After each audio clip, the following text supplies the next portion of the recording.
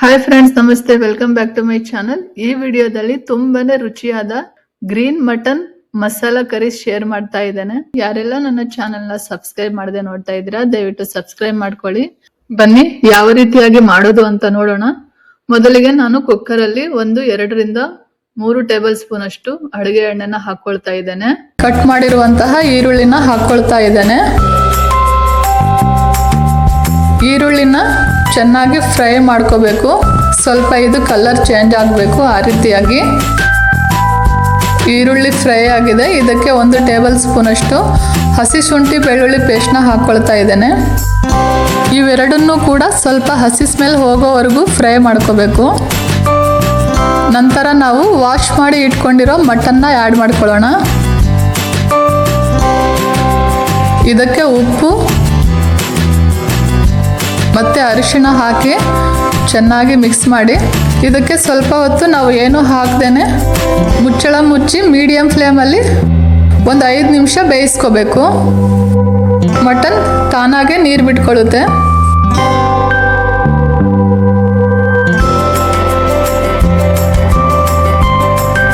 ನೋಡಿ, ಈ ರೀತಿಯಾಗಿ ಮಟನ್ ನೀರು ಬಿಟ್ಕೊಂಡಿದೆ. ಇದು ಅರ್ಧದಷ್ಟು ನೀರು ಕಡಿಮೆ ಆಗೋವರೆಗೂ ಬೇಯಿಸ್ಕೋಬೇಕು.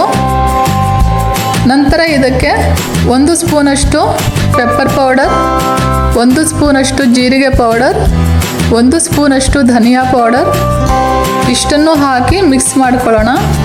ಇದು ಸ್ವಲ್ಪ ಮಸಾಲೆ ಎಲ್ಲ ಮಟನ್ಗೆ ಹೊಂದ್ಕೊಳ್ಳಿ.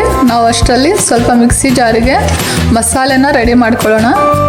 ನಾನು ಒಂದು ಮಿಕ್ಸಿ ಜಾರಿಗೆ 1 ಹಿಡಿಯಷ್ಟು ಕೊತ್ತಂಬರಿನ ಹಾಕ್ಕೊಳ್ತಾ ಇದ್ದೇನೆ. ಮತ್ತು 1 ಹಿಡಿಯಷ್ಟು ಪುದೀನ, 10 ರಿಂದ 15 ಬೆಳ್ಳುಳ್ಳಿ. ಇದಕ್ಕೆ ನಾನು ಚಿಲ್ಲಿ ಪೌಡ್ರ್ ಯೂಸ್ ಮಾಡ್ತಾ ಇಲ್ಲ, ಹಾಗಾಗಿ 9 ರಿಂದ 10 ಹಸಿಮೆಣಸಿನ್ಕಾಯಿ ಯೂಸ್ ಮಾಡ್ತಾ ಇದ್ದೇನೆ. ನೀವು ನಿಮಗೆ ಖಾರ ಎಷ್ಟು ಬೇಕೋ ಅಷ್ಟನ್ನು ನೋಡಿ ಆ್ಯಡ್ ಮಾಡ್ಕೊಳ್ಳಿ. ಮತ್ತು 1 ಏಲಕ್ಕಿ, 2 ಲವಂಗ, 1 ಇಂಚು ಚಕ್ಕೆ ಇಷ್ಟನ್ನು ಹಾಕ್ಕೊಳ್ತಾ ಇದ್ದೇನೆ. ನೀವು ಇದಕ್ಕೆ 1 ಟೊಮೊಟೊ ಕೂಡ ಆ್ಯಡ್ ಮಾಡ್ಕೋಬಹುದು, ಚೆನ್ನಾಗಿರುತ್ತೆ. ಇದಕ್ಕೆ ಸ್ವಲ್ಪ ನೀರು ಹಾಕಿ ಮಿಕ್ಸಿ ಮಾಡ್ಕೊಳ್ಳೋಣ.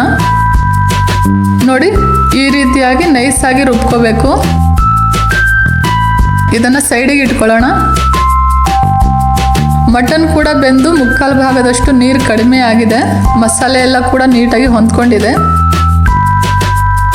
ಇದಕ್ಕೆ ನಾವು ರುಬ್ಬಿರುವಂತಹ ಮಸಾಲೆನ ಹಾಕ್ಕೊಳ್ಳೋಣ.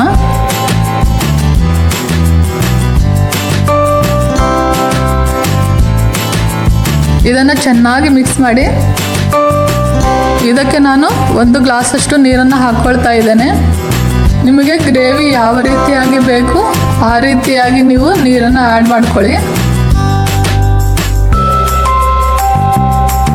ಮತ್ತು ಅರ್ಧದಷ್ಟು ನಿಂಬೆ ರಸ ಹಾಕ್ತಾ ಇದ್ದೇನೆ. ನೀವು ನಿಂಬೆ ರಸ ಬದಲಿಗೆ 1 ಟೊಮೊಟೊನ ಹಾಕ್ಕೋಬಹುದು, ಇಲ್ಲ 2 ಕೂಡ ಸ್ವಲ್ಪ ಸ್ವಲ್ಪವಾಗಿ ಹಾಕ್ಕೋಬಹುದು. ಇದನ್ನು ಚೆನ್ನಾಗಿ ಮಿಕ್ಸ್ ಮಾಡಿ ಕುಕ್ಕರ್ ಮುಚ್ಚಳ ಮುಚ್ಚಿ 4 ರಿಂದ 5 ವಿಷಲ್ ಮಾಡಿಸಿದ್ರೆ ಸಾಕು, ಬೆಂದಿರುತ್ತೆ.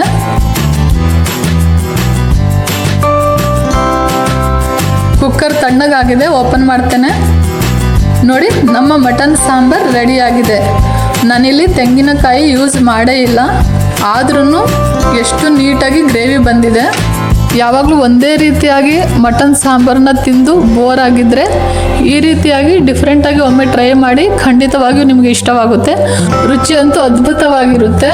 ಐ ಹೋಪ್ ಈ ವಿಡಿಯೋ ನಿಮಗೆ ಇಷ್ಟ ಆಗಿದೆ ಅಂದ್ಕೊಳ್ತೇನೆ. ವಿಡಿಯೋ ಇಷ್ಟ ಆಗಿದ್ರೆ ಲೈಕ್ ಅಂಡ್ ಕಾಮೆಂಟ್ ಪ್ಲೀಸ್.